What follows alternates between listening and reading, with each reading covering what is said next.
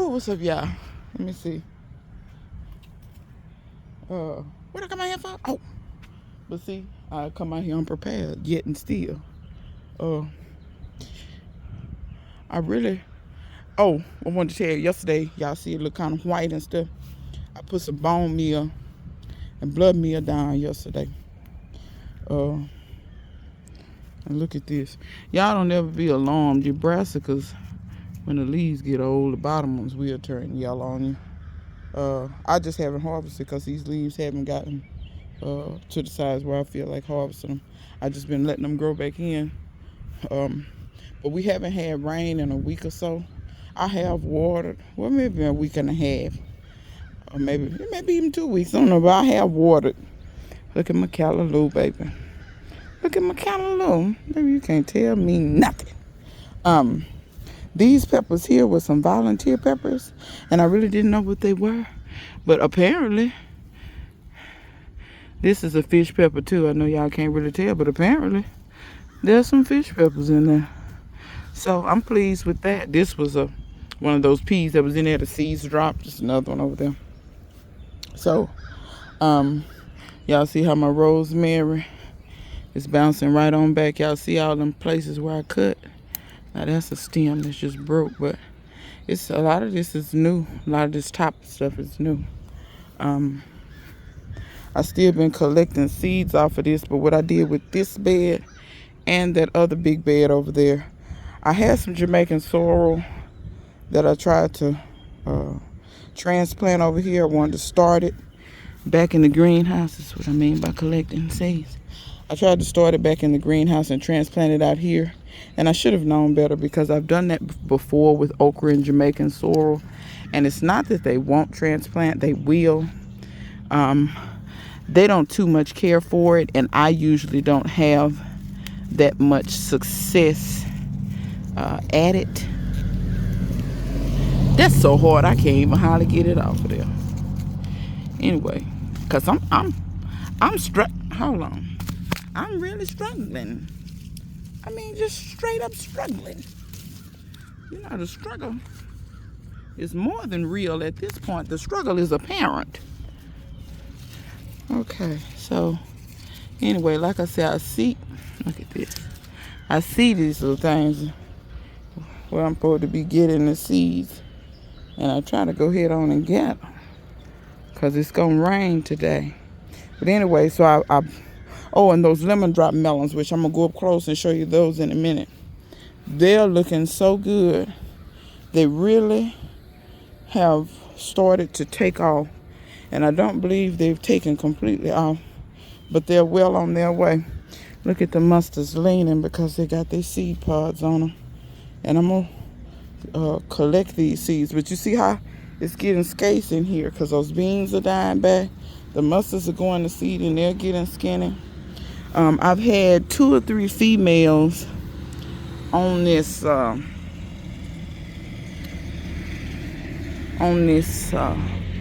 these watermelons. I saw a female yesterday. I don't know if it's self pollinate. These are volunteer watermelons.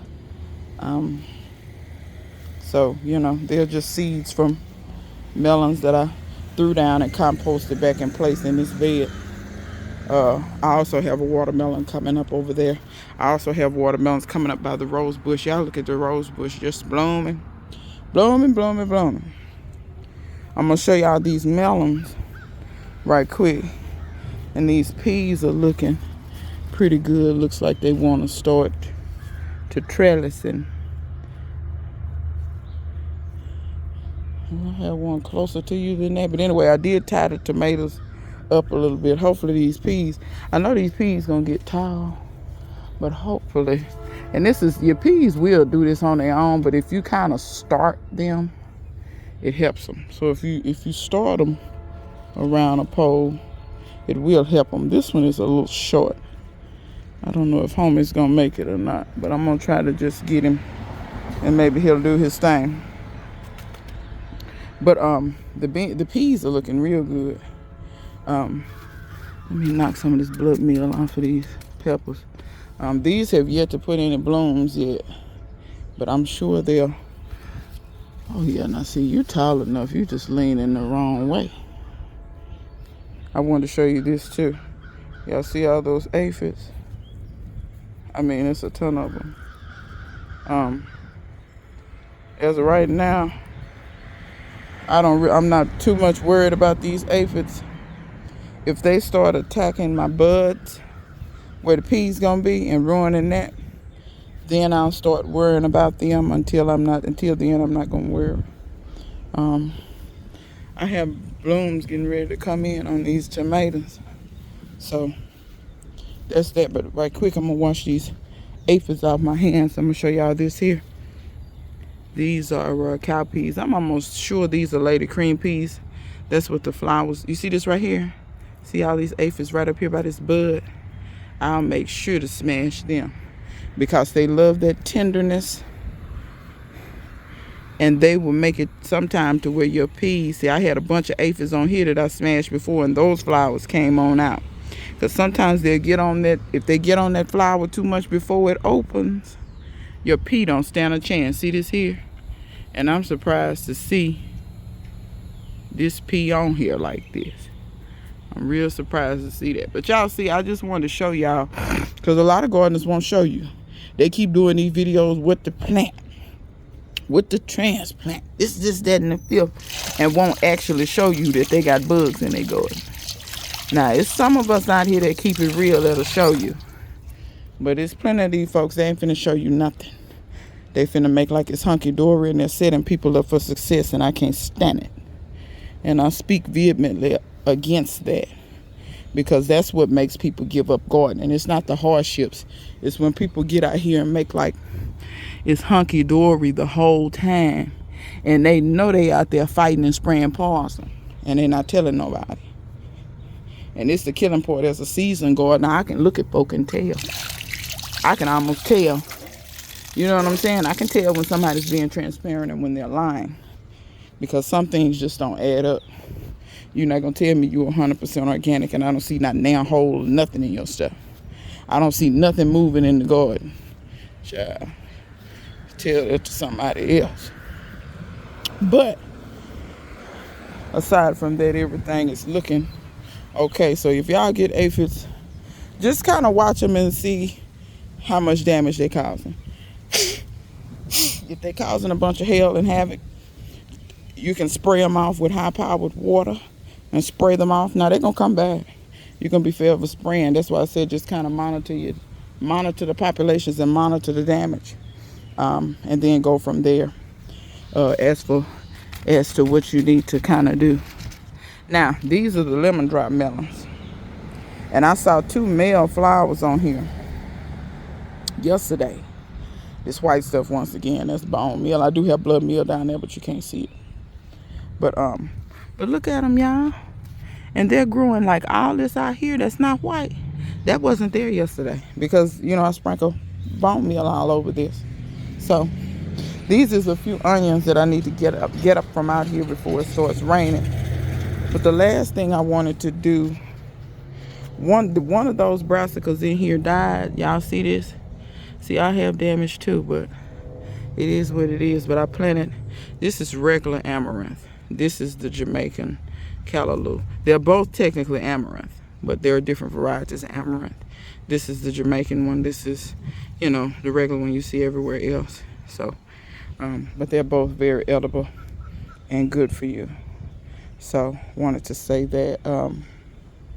Yeah, y'all. But I'm gonna come here. Last little thing I want to talk about is these. I got so much bone meal on y'all. It's a lot. Okay. Anyway, I wanted to come here and talk to y'all about these Creola Sella. But what I'm gonna do is I'm gonna get me something to sit on. I'm unprepared. I don't have anything to. I ain't got no tripod, so I'm gonna have to pick one-handed. I ain't got no tripod, and I ain't got nothing to put my harvest in. But I'm just gonna have to do. I'll just lay it next to me, and I'll gather it. Maybe I put it in my pockets or something. So these Creola Sellas, for those of y'all that don't know the history of these, I've been growing these for years and years and years. Originally, I got these peppers from Deborah Christmas. And when she grew them originally, they were not hot. And because they weren't supposed to be hot. They were supposed to be a sweet pepper. And then she saved the seeds from what she grew, and she grew them again, but they must have crossed with one of her hot peppers. For those y'all don't know, Deborah Christmas is Panamanian. So naturally she does like hot peppers. So she then, after she grew them, and she tasted them on camera, and it was the most hilarious thing, because she thought that they were not going to be hot like they were the first time. Because the first time she found them underwhelming. She didn't think that they were really that good of a pepper, because she said they really didn't have any flavor. And that's why I bring up Panamanian, because you know, those areas of the world, they like not only they're hot, but they want their peppers to be flavorful. So she was like, well, you know, and she saves seeds naturally because she's a consummate gardener, and she probably is the one that has me saving seeds like a reckless fool. But we have that in common. Y'all see Chrissy down here? Chrissy wants some love. So she gifted me some seeds along with numerous other things.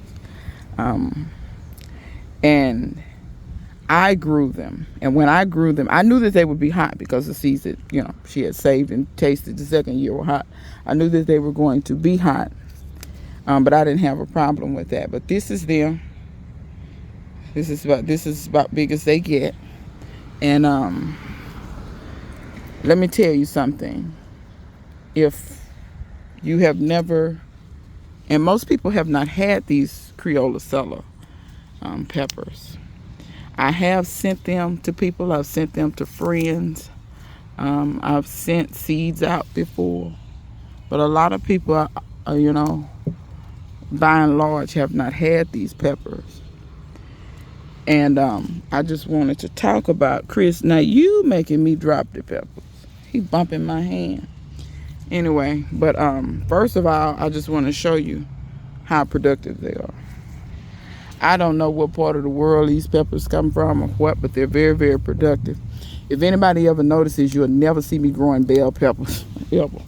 Have I ever grown them before? Yes. To me, they really don't have enough taste, and they're not as productive enough for me. They make such a big plant, but when you really stand back and look at it, they're not productive. Not really. Some of the most productive peppers I've ever grown, this, Scotch bonnet, and shishito, I think get the top. Sir, see, this be the plucking I'm talking about, y'all. Y'all see what I'm talking about? I'm not a guitar. Anyway, those three are probably the top. And to be honest, when it comes to a sweet pepper or a pepper that's not hot, I would rather grow, I'm gonna pick these that's starting to turn too, because I really want this pepper. It has so many peppers on it, it has stopped. I ain't gonna say stop flowering, but has slowed down flowering. When it first started putting on flowers, the flowers were everywhere. So I'm gonna pick everything that's starting to turn. But I will say this: you get the best flavor once they're starting to turn, or they're all the way orange. If you pick them early, they taste okay, but they don't taste as good. They're very mild. They're hardly not spicy at all. They do have pepper flavor, but they're much better once you let them turn. But this is my little harvest if Chris will get his tail out the way. But like I said, these are good. They got some good little kick to them if you dehydrate them and grind them up. They're good. When you cook with them, the heat is still there, but it's not as sharp. It's not as so basically it almost kind of gives you food a kind of, you know, a little burn in the back of your throat, but it's not enough. It's not enough to, you know, just kill you. And like I said, this is one plant, and I showed it years ago where I harvested it, and I sent some to my homegirl, and she made she dried them and made like chili powder. And I think off that one plant, which was much smaller than this, oh my God, I must have gotten 40 or 50 peppers. So this is actually a very small harvest, but I really just wanted to harvest because I saw them turning, and I want them to keep making, because you can see even these lower branches. But these peppers are very, very good. So if anybody ever wants seeds for them or what have you, or if I've sent you seeds and you're unaware, you in a lovey-dovey mood today. If you're unaware of what I sent you or whatever, but they have a, I'm gonna talk about the taste a little bit better, more. They have a very, Chris, tell them what it tastes. See, get off of me. Anyway, they have a very tropical kind of taste, and what I mean is they have a fruitiness to them, almost a little bit of a sweetness to them. I tasted them for the first time on camera too, raw. But they have a very fruity sweetness to them.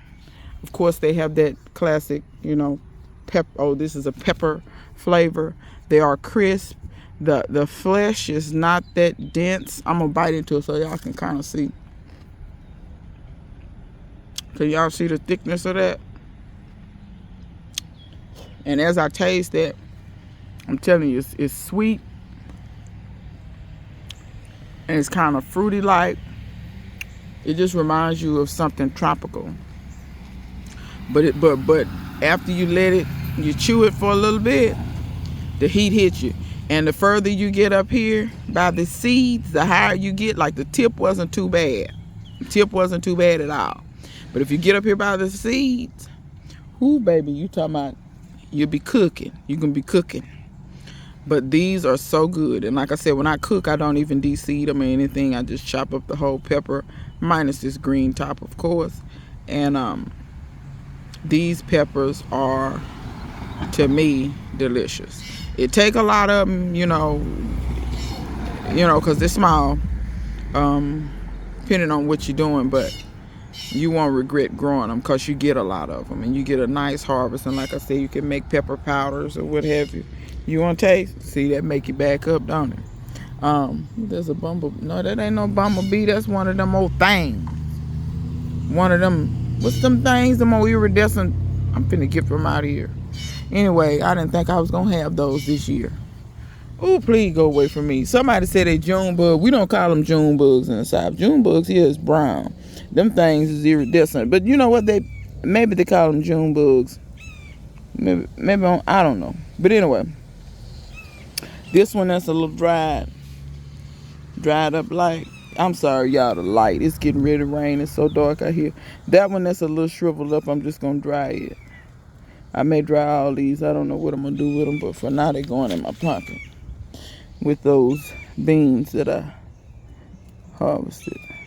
But yeah, y'all, that's the Creola Sella pepper, and that was a quick little walk through the garden before it rained. The mosquitoes tagged me a couple of times. You ready to come in the house? It's getting ready to rain, buddy. You got to come in. I don't want you stuck in the rain. Granted, he could go up under the carport, but I don't know if he's smart enough to. Well, yeah, he is. He'll lay under there. We ain't got time for all that. But I'm going to check to see if any of these last little blueberries ready. I don't think they are. But, yeah, y'all. Try growing you some different peppers. Like I said, if you like sweet peppers, that's cool. But I'm telling you, stuff out here way better than bell peppers. I don't really fool bell peppers. So, till next time, see you guys later.